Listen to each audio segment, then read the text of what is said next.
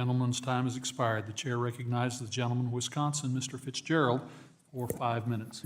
Thank you, Chairman. In June, I discussed with Federal Reserve Chair Powell about how he viewed the economy a few weeks before the 2024 presidential election and how he justified a half percentage point rate cut. In September of 2024, core inflation stagnated above target, and at the time, Chair Powell described the labor market as solid. He told me, he sat right where you're sitting right now. Welcome back to Unshaken Liberty. Folks, I'm Michael, and today we're diving into a hearing that exposes exactly why so many Americans don't trust the Federal Reserve anymore. Now let's watch. That the Fed wanted to make a statement that the Fed was supportive of the labor market and not just inflation.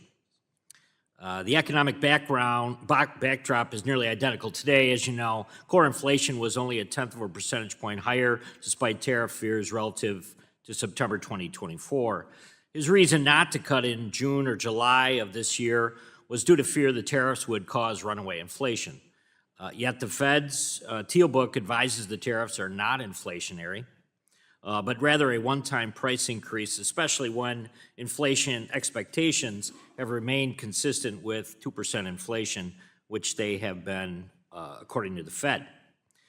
Yet the Fed chose to wait to cut this time around, but chose to cut by 50 basis points was because the BLS reported that they overstated job growth by over 800,000.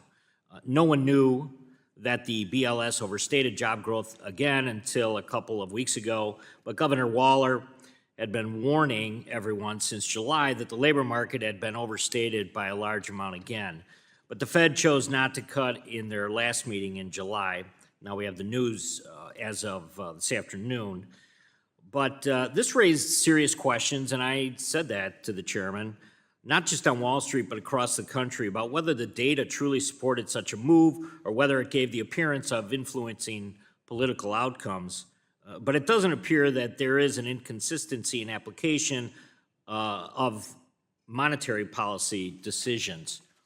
Mr. Pollack, is a dual mandate an insufficient framework for the Fed to provide a clear, consistent goalpost and more predictable framework for policy decisions?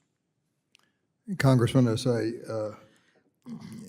said in my written testimony, I think there should be a mandate, a sound money mandate, stating that is the fundamental goal of the Fed, because that's something they actually can do. And managing employment is not, at least in any medium to long term. And the sense that you can just get more employment by more inflation, which was the old idea of the 1970s when the 1977 and 78 Act were passed, are, in my judgment, just wrong. Very good, thank you. Dr. Aiken, does the Fed dual mandate complicate its ability to make data-driven and apolitical decisions? And in your view, would focusing solely on price stability improve predictability and public confidence in monetary policy? Well, as I said in my written testimony and earlier, I think there's tremendous advantages in accountability, transparency, and communication under a price stability mandate. And it doesn't mean you're giving up on unemployment. I mean, I think, you know, the European Central Bank's never been accused of not caring about whether Europeans have jobs. They care a lot, but they have a price stability first and foremost and a secondary consideration of unemployment. So I think that's something that the U.S. should look at.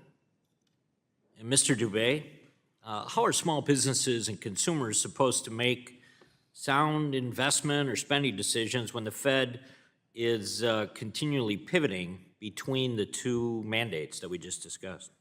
I think it makes it harder for them to discern the future path of monetary policy. I think the Fed tries to make that as clear as possible for the public, including small businesses, by providing forward guidance. But when the future is uncertain and things can shift, and the Fed will have to shift based on those circumstances, it makes it harder for all actors in the economy to plan. Thank you, gentlemen. Chairman, I yield back. So here's what went down. Congressman Fitzgerald grilled the Fed and its so-called experts about their decision-making. And let me tell you, the contradictions are glaring. Back in 2024, right before the presidential election, the Fed cut interest rates by 0.5 point. Why? They claimed it was to support the labor market. But fast forward to today. Core inflation's about the same. Tariffs aren't even pushing inflation high according to their own data. And this time, they dragged their feet. Why? Because they were worried about tariffs. That doesn't add up. And then comes a kicker. The Bureau of Labor Statistics admits, oops, they overstated job growth by over 800,000. 800,000 jobs that didn't exist. Governor Waller had been warning about it for months, but the Fed waited until now to admit it. And yet, when it was politically convenient, they cut rates right before an election. Now you tell me, does that sound like independent, data-driven policy? Or does it sound like politics creeping into the Fed's decision-making? Folks, when unelected bureaucrats start playing politics with the economy, it's the American people who pay the price. Experts at the hearing even admitted that the Fed's dual mandate, price stability and maximum employment, isn't working. Alex Pollock said it straight. The Fed should have a sound money mandate. Period. Keep inflation low. Keep our currency strong. That's it. Because let's be real, the Fed can't manufacture jobs out of thin air, and when they try, all they do is wreck your savings, jack up your grocery bill, and make small businesses afraid to invest. What we need is a Fed that stops playing political games, stops bailing out bad data, and focuses on one thing, protecting the value of the dollar. That's how you build trust. That's how you protect working families, retirees, and small business owners who are trying to plan for the future. But as it stands now, every time the Fed shifts between mandates, it's ordinary Americans who are left in the dust. So here's the bottom line.